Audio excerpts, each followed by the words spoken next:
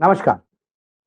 स्वागत है आपका द न्यूज लॉन्चर पर। मैं हूं अशोक वानखड़े, लेकर आया हूं आपका अपना कार्यक्रम द एक्सरे।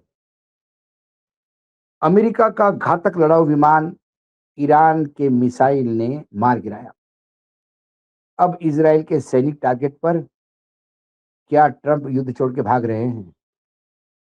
जब ये तमाम हेडलाइन मैंने देखी तो मुझे लगा कि एक नया डेवलपमेंट ईरान, इजराइल और अमेरिका के युद्ध स्थल पर हो रहा है। उसे एक्सरे से देखना चाहिए। जब एक्सरे से मैंने देखा तो जो खबर सामने आई वो ये थी कि ईरान ने अमेरिका को दिया एक और तगड़ा झटका। कुवैत में अमेरिकी लड़ाकू विमान मार गिराने का दावा। रिपोर्ट में दावा किया गया है कि कुवैत में एक अमेरिकी लड़ाकू विमान को निशाना बनाया गया, जिसके बाद वो क्रैश हुआ।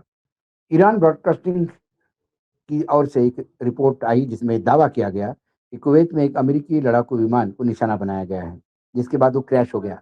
रिपोर्ट के मुताबिक यह घटना 23 तारीख को हुई है। हालांकि विमान किसी तरह का था और उसके पर किस तरह का हमला हुआ, इसकी कोई स्पष्ट जानकारी नहीं दी गई है।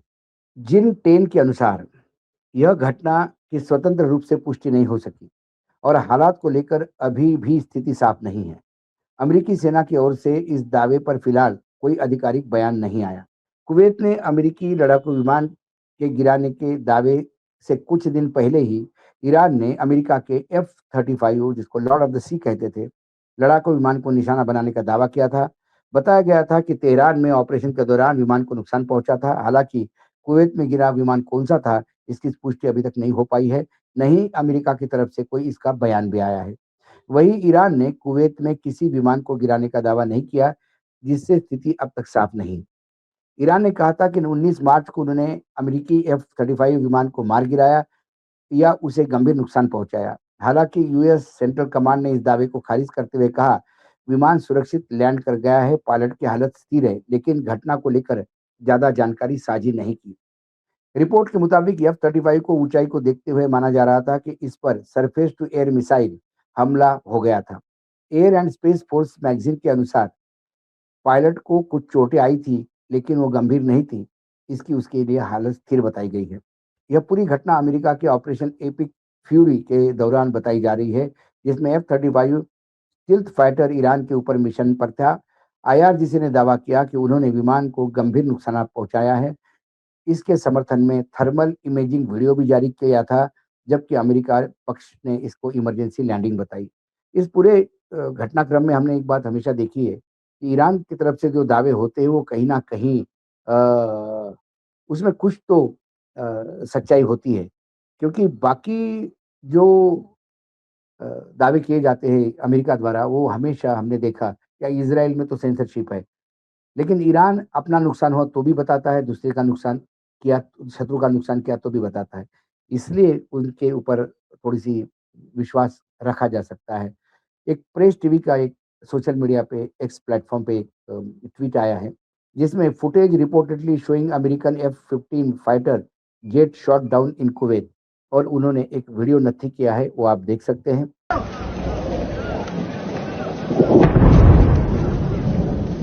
ओए माँ।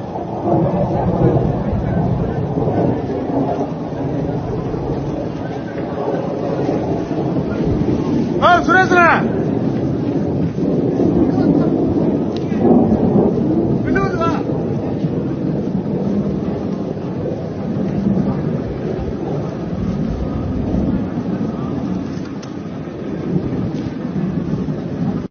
एक और ट्वीट है मधुरेंद्र कुमार जी का, जो इस मामले में बहुत जिनको हम बहुत ऑथेंटिक मानते हैं। वो ट्वीट में उन्होंने कहा कि ईरान की नई चेतावनी, अमेरिका और इजरायली सैनिक पूरी तरह से हमारे खुफिया निगरानी में है। यहाँ तक कि अराद जैसे शहरों में भी। ईरानी प्रवक्ता ने सेंटकॉम के नेतृत्व पर निशाना साधते हुए कहा, उनकी रणनीति उलझन अमेरिका और इजरायल को दलदल में फंसा देगी।